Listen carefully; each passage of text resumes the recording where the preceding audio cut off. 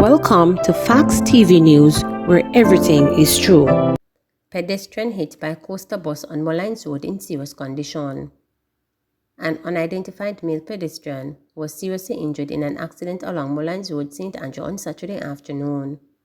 Reports are that about 1:45 p.m., the pedestrian was crossing the road when he was hit by a Toyota coaster bus. According to an alleged eyewitness, another vehicle had stopped to allow the man to cross the road when the bus overtook that stopped vehicle and hit the pedestrian. He was rushed to the hospital in serious condition. The halfway through police have taken the driver of the bus into custody, pending further investigation. Police shot and killed in Kingston. A policeman was shot and killed on Burke Road in Kingston early Sunday, the police have confirmed. He has been identified as 30-year-old District Constable Ricardo Jarrett, who was assigned to the Darling Street Police Station in Kingston. The Jamaica Constabulary Force's Corporate Communications Unit (CCU) says Jarrett was allegedly dropping off a woman about 3 a.m. when he was pounced upon by several armed men and shot. The CCU says his firearm was also stolen. Jarrett was assisted to hospital where he was pronounced dead. The High Command has expressed condolences to Jarrett's family, colleagues, and friends. It says the force is committed to conducting a thorough investigation to apprehend the persons responsible for his death. Anyone with information that may be able to assist the police in solving this murder is being asked to contact the Major Investigations Division at 876-758-5048, Police 119 emergency number or Crime Stop at 311. Fatal fiery crash victim identified as cop. The motorist that died in a fiery crash on the Edward Seaga Highway on Sunday has been identified as a member of the Jamaica Constabulary Force (JCF). This brings the number of police deaths in less than 24 hours to 3. The policeman has been identified as Constable Ramon Evans from the St. Andrew South Division. Reporters understand that Evans was returning home after 8 a.m. on Sunday after he and his team were out searching for the men who are suspected of killing 30-year-old District Constable Ricardo Jarrett, who was assigned to the Darling Street Police Station on Saturday.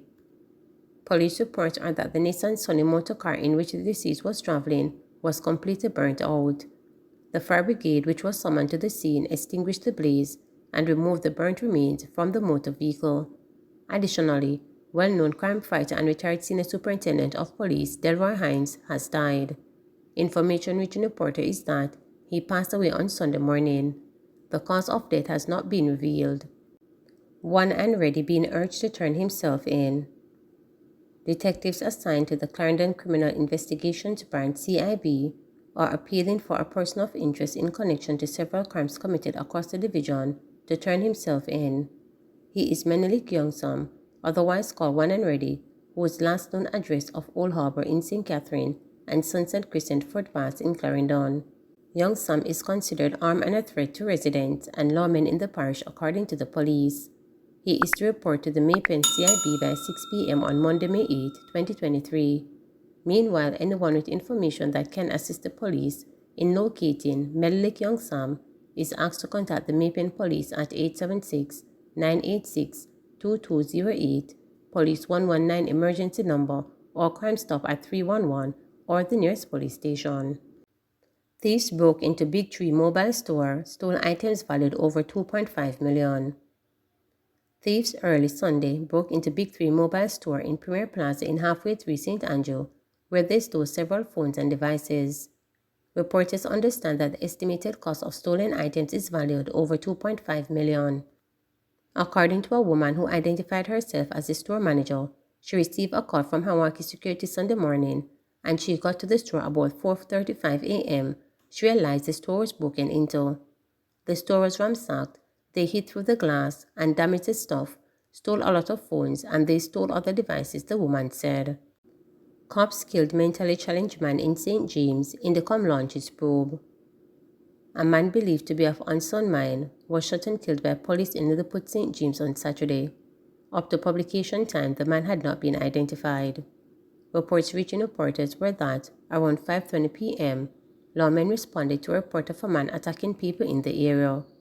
Upon arrival, the police tried to subdue the man when he allegedly attacked a member of the party with a knife. The police said in fear of being seriously injured, the cops discharged 2 rounds in the direction of the man who fell. The knife was reportedly retrieved and the injured man transported to the Conroe Regional Hospital, where he was pronounced dead on arrival. The body was later transferred to the morgue. No member of the police team was injured. The Independent Commission of Investigations Indicom processed the scene and is probing the matter. Don't turn deaf ear to wage talks, JTA President warns government. Jamaica Teachers Association JTA President Lasandra Harrison is calling for the government not to turn a deaf ear to wage negotiations with the island's teachers. Harrison says that if there is no favorable response to the organization's concern about educators' compensation negotiations, it will indicate that the government intentionally provoked recent protests taken by teachers over their salary packages. Harrison sounded the warning on Sunday while addressing the JTA annual church service to mark the start of activities of Education Week 2023 held at the St. George Anglican Church in Savannah Lamar, Westmoreland. It is imperative that the government answers the call made in writing for the establishing of a technical committee where representatives from the union, the Ministry of Finance and the Ministry of Education are at the table to treat with these inverse matters and other abnormalities, as well as the discrepancies arising from the compensation review. To turn a deaf ear could only lead one to conclude that the experienced outcomes were intended, said Harrison. In March, teachers from several schools across Jamaica staged sit-ins or called in sick to register their displeasure with the proposed compensation package being offered to them by the government.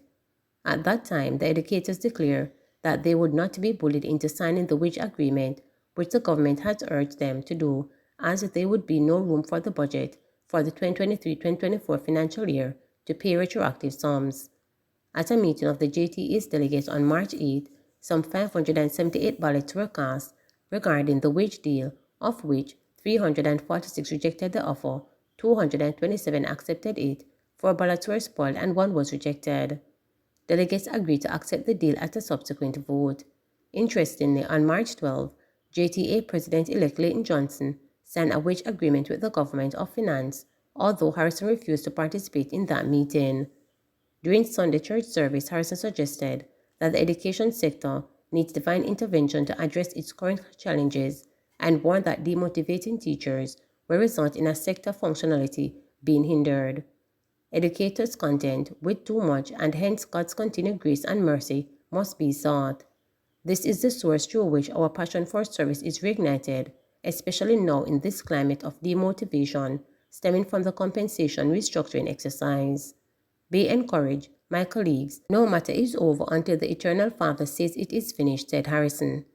Celebrating the people who make the wheels of educational offering turns it this nation is not only warranted but vital, an encouragement they say sweeten labor. The absence of same is in a tangible way, especially in recent times for some categories, namely the trained graduate with the post of special responsibilities is potentially crippling to the system, Harrison added. The coming days will be telling for the state of our Jamaican classrooms. It must be fixed if we are all concerned as a nation about the current and future state of education. Please remember to subscribe, like, share, and click the notification bell